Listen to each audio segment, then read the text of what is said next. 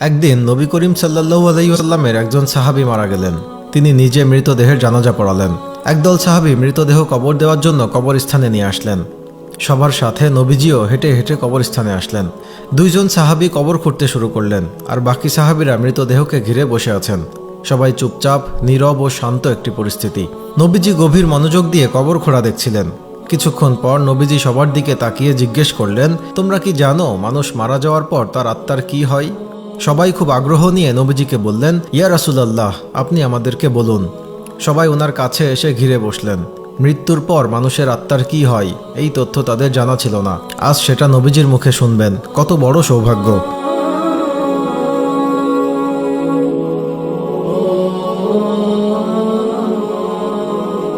শোনার জন্য সবাই অধীর আগ্রহে নবীজির কাছে এসে বসলেন। নবীজি চুপ করেছিলেন। তিনি কবরের দিকে তাকিয়ে মাথাটা তুলে আকাশের দিকে তাকালেন। তারপর গল্পের মতো করে বলতে শুরু করলেন, শুনো, যখন মানুষ একেবারেই মৃত্যুশয্যায়, তখন সে মৃত্যুর ফেরেশতাকে দেখে ভয় পেয়ে যায়। কিন্তু যে বিশ্বাসী ও ভালো মানুষ, তাকে মৃত্যুর ফেরেশতারা হাসি মুখে সালাম দেন, তাকে অভয় দেন, তার মাথার পাশে এসে ধীরে ও যত্নে বসেন। তারপর মৃতপ্রায় মানুষটির দিকে তাকিয়ে বলেন, হে পবিত্র আত্মা, তুমি তোমার পালনকর্তার ক্ষমা ও ভালোবাসা গ্রহণ করো এবং এই দেহ থেকে বের হয়ে আসো। মুমিন ব্যক্তির আত্মা যখন বের হয়ে আসে, তখন সে কোনো ধরনের ব্যথা অনুভব করে না।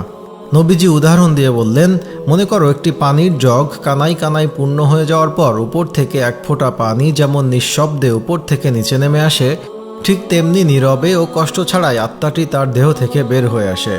এরপর দুইজন ফেরেশতা জান্নাত থেকে একটি সুগন্ধি মাখানো নরম সুতার সাদা চাদর নিয়ে আসেন। ফেরেশতারা আত্মাটিকে সেই চাদরে ঢেকে আকাশের দিকে নিয়ে যান। তারা যখন আকাশে পৌঁছেন, তখন অন্য ফেরেশতারা সেই আত্মাটিকে দেখার জন্য এগিয়ে আসেন। সবাই কাছে এসে বলেন, সুবহানাল্লাহ, কত সুন্দর আত্মা, কি সুন্দর তার ঘ্রাণ। তারপর সবাই জানতে চান, এই আত্মাটি কার? উত্তরে আত্মা বহনকারী ফেরেশতারা বলেন, উনি হলেন ফুলান ইবনে ফুলান, অর্থাৎ অমুকের সন্তান অমুক। বাকি ফেরেশতাগণ তখন আত্মাটিকে সালাম দেয় এবং জিজ্ঞেস করে, তিনি কি করেছেন, তার আত্মায় এত সুঘ্রাণ কেন? আত্মা বহনকারী ফেরেশতাগণ তখন বলেন, আমরা শুনেছি মানুষজন নিচে বলাবলি করছে উনি একজন ভালো মানুষ ছিলেন, আল্লাহর ভালো বান্দা, অনেক দয়ালু, মানুষের অনেক উপকার করেছেন। এতটুকু বলার পর নবীজি একটু থামলেন। তারপর সবার দিকে ভালো করে তাকিয়ে বললেন, এই কারণেই বলছি, সাবধান, তোমরা কিন্তু মানুষের সাথে কখনো খারাপ ব্যবহার করবে না।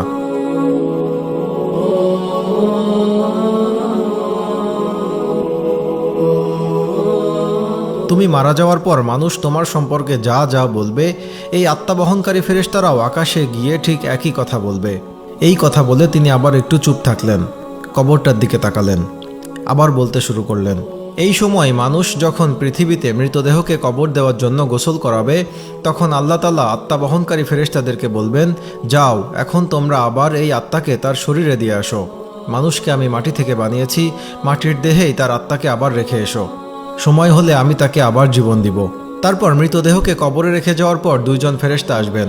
তাদের নাম মুনকার ও নাকির। তারা মৃতদেহের সৃষ্টিকর্তা, তার ধর্ম ও নবীজি সম্পর্কে জিজ্ঞেস করবেন। প্রশ্নকারী ফেরেশতারা চলে যাওয়ার পর আত্মাটি আবার অন্ধকার কবরে একাকী হয়ে যাবে। সে এক ধরনের অজানা আশঙ্কায় অপেক্ষা করবে, কোথায় আছে, কি করবে। এমন সময় সে দেখবে খুব সুন্দর একজন তার কবরে তার সাথে দেখা করতে এসেছেন। তাকে দেখার পর আত্মাটি ভীষণ খুশি হবে। এত মায়াবী ও সুন্দর তার চেহারা সে জীবনে কোনো দিন দেখেনি। আত্মাটি তাকে দেখে জিজ্ঞেস করবে, তুমি কে? সেই লোকটি বলবে, আমি তোমার জন্য অনেক বড় সুসংবাদ নিয়ে এসেছি। তুমি দুনিয়ার পরীক্ষায় উত্তীর্ণ হয়েছ। তোমার জন্য আল্লাহ তাআলা জান্নাতের ব্যবস্থা করেছেন। তুমি কি সেটা একটু দেখতে চাও?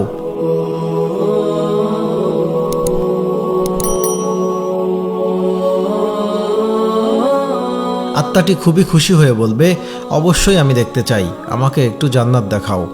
লোকটি বলবে, তোমার ডান দিকে তাকাও। আত্মাটি ডানে তাকিয়ে দেখবে তার কবরের দেওয়ালের দরজা দিয়ে অনেক দূরে সুন্দর জান্নাত দেখা যাচ্ছে।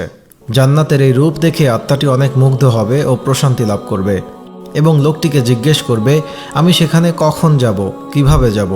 লোকটি মৃদু হেসে বলবে, যখন সময় হবে তখনই তুমি সেখানে যাবে ও থাকবে। আপাতত শেষ দিবস পর্যন্ত তোমাকে অপেক্ষা করতে হবে। ভয় পেও না, আমি তোমার সাথেই আছি, তোমাকে আমি সেই দিন পর্যন্ত সঙ্গ দিব। আত্মাটি তাকে আবার জিজ্ঞেস করবে, কিন্তু তুমি কে?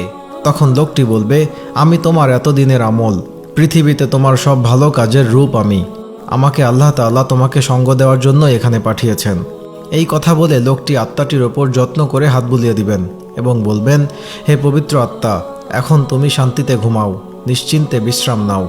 এরপর আত্মাটি এক নজরে বেহেশতের দিকে তাকিয়ে থাকবে এবং এই তাকানো অবস্থায় একসময় গভীর প্রশান্তিতে ঘুমিয়ে পড়বে। নবীজি এতটুকু বলে একটু থামলেন। সাহাবীরা তখন গায়ের কাপড় দিয়ে ভেজা চোখ মুছলেন।